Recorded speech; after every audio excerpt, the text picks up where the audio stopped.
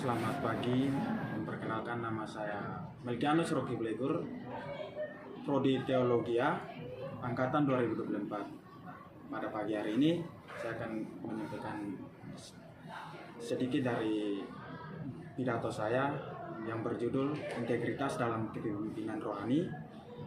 Nah, dengan tema memimpin dengan hati yang murni.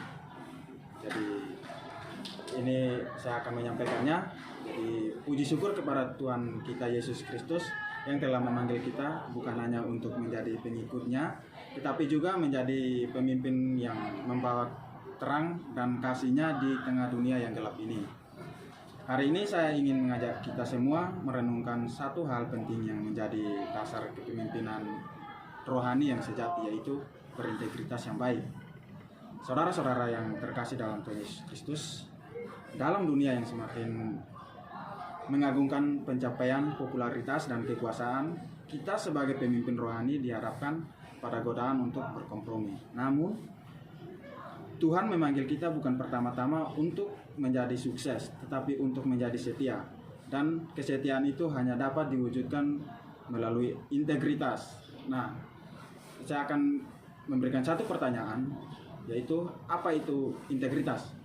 Nah, Integritas bukan sekedar melakukan yang benar ketika dilihat orang, itu adalah kesatuan antara apa yang dikatakan, kita yakini, dan kita lakukan, bahkan ketika tidak ada yang melihat kecuali Tuhan.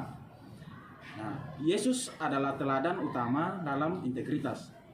Dia tidak pernah memutarbalikkan kebenaran, dan tidak pernah mengejar keuntungan pribadi, dan tidak pernah menyimpang dari kehendak Bapa. Bahkan ketika di padang gurun, ia dicobai untuk menggunakan kuasanya demi kepentingan diri sendiri, Yesus tetap teguh karena dia hidup dalam integritas yang benar. Sebagai pemimpin rohani, kita dipercaya mengembalakan jiwa-jiwa, mengajarkan kebenaran, menjadi panutan atau teladan bagi yang lain. Namun kita tidak bisa memimpin dengan benar jika kehidupan pribadi kita retak oleh kompromi. Jemaat tidak hanya mendengar apa yang kita ajarkan, mereka melihat bagaimana kita hidup. Nah, integritas juga terlihat dalam kejujuran, dalam pendekatan, bahkan saat kebenaran itu menyakitkan.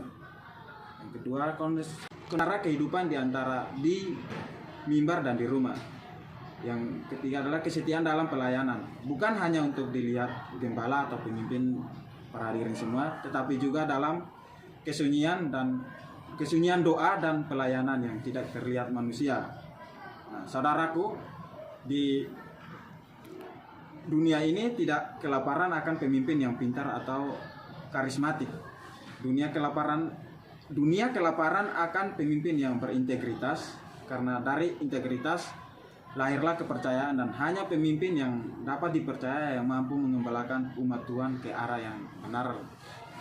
Teman-teman, saudara-saudara, mari kita berdoa agar kita bukan hanya menjadi pemimpin yang berbicara tentang kebenaran, tetapi juga hidup dalam kebenaran itu. Dunia boleh berubah, sistem boleh bergeser, tetapi integritas akan selalu menjadi dasar yang tidak tergoyahkan.